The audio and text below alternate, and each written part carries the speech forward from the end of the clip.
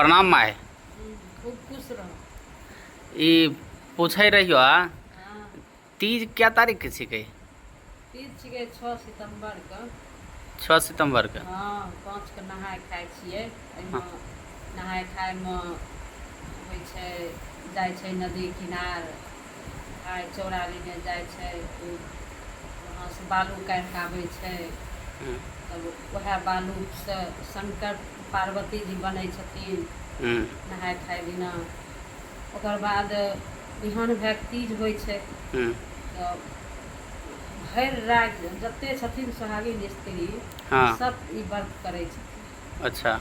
हाँ, अपना पतिके सोहाग रक्षा करै खातिर लए हाँ। सब ई करै छथिन।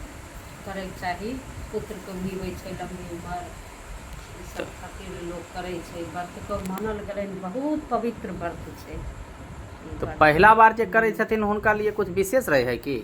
पहिला बार उएह पार्वती जी करलखिन रह अपना शिव जी पाबै खातिर लए। नहीं, शिवजी। जेना जे औरत के शादी भेलै लड़की के तो उ हाँ, सब जे हाँ, पहिला बार शुरू करै छै। शादी जब हो जाइ छै लड़कीके, शादीके बाद पहिला सालमे शुरू करै छै। हाँ, हाँ, तो ओकरा में की विशेष रहे?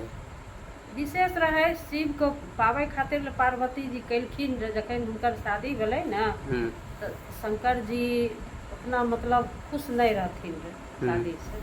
हम्म, तऽ इहे खातिर लए पार्वती जी केलखिन व्रत।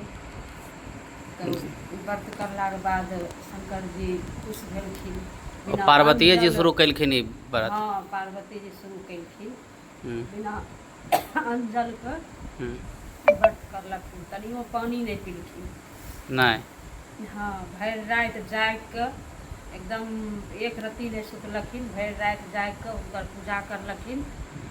सुबह जब भेलै तब खुश होइके शंकर भगवान अएलखिन हन आ पार्वती जीके उठेलखिन हन। ठीक तो है। आइ काल्हि के तो औरत देखैये हाँ, खाली मोबाइल चला देतो, वीडियो हाँ, उ सब तऽ 4 फिल्म बजे से चलाय उठि के कऽ अपन देखैत रहतो। सरगी भी करै छै।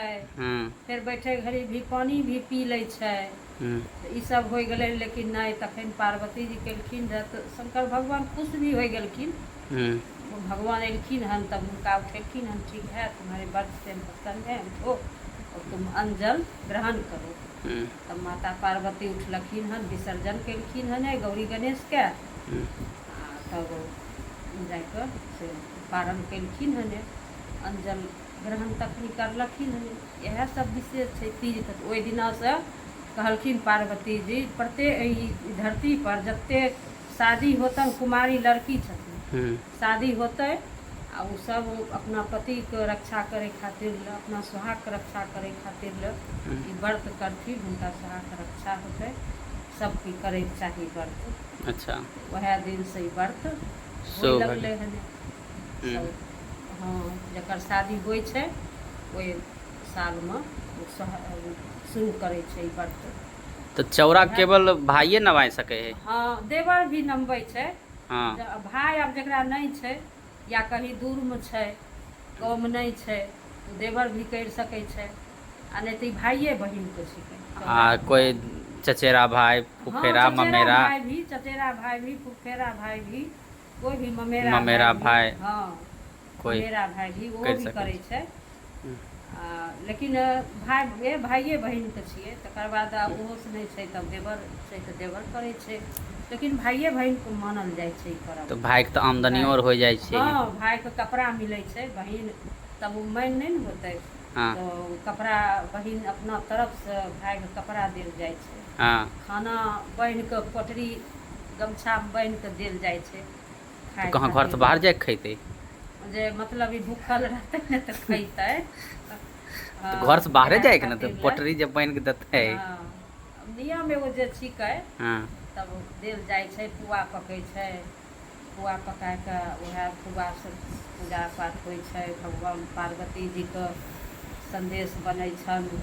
सब सिंगार पेटारी होइ छै, सिंगारके सब चीज मतलब जेना लोग करे, सिंगारके दान करल जाइ छै। हम्म, जितना सोहागके चीज होइ छै हम्म, सब चीज एगो पेटारीमे राखि कऽ, हम्म, आब जिनकासँ यथासम्भव छै तऽ अपन एगो साड़ियो दान करै छथिन। आब जिनका नहीं छै कमसँ कम एगो ब्लाउज पीस भी करैके चाही। अच्छा, लौवन और माली वगैरह के भी सामान पड़ै छै। मालिन चौड़ा दै छै। मालिन चौड़ा दै छै। हाँ, मालिन चौड़ा दै छै तो एगो ब्लाउज पीस ओकरो छिकै। साड़ी उड़ी भी दे सकै छै आदमी। खुशी अपन हाँ। दान करे खुशी छिकै, जते जेकरा दै के अपन औकात छै दै छै। मालिन के चौड़ा के पैसा लै छै, जते चौड़ा दै छै। तो भाई के तो जे पैसा मिलते वो सब बहनों के दे देते। नहीं, भाई के पैसा भाइये के रहतै, बहनों के नहीं देतै।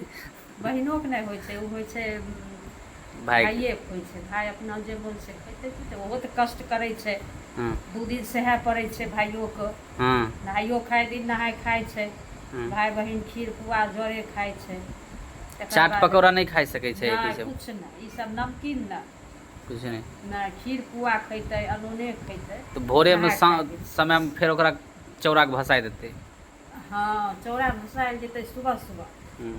हाँ, कौआ बोलै से पहले, सूर्य उदय से पहले चौड़ा भसैके चाही। आब तो कतेक लेट हो जाए छै, तो सूर्य भगवान उगि जाए छथिन तब चौड़ा भसे, लेकिन नहीं, सूर्य उदय से पहले चौड़ा भसैके चाही।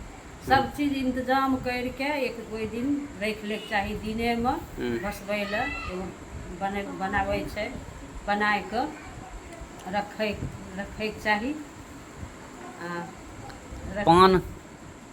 पानो खाइ छै कि नहीं, एहिमे पान नहीं खाइ छै। पान और जितिया में खाइ छै। ओ, ई नहीं पान खाइ छै। तो ओइजा पर फिर प्रसादो बटै छै नदी के। हाँ, बूट फूलै ले पड़ै छै, बूट चना।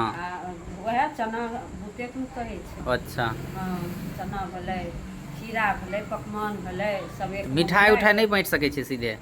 मिठाई नहीं रहै छै,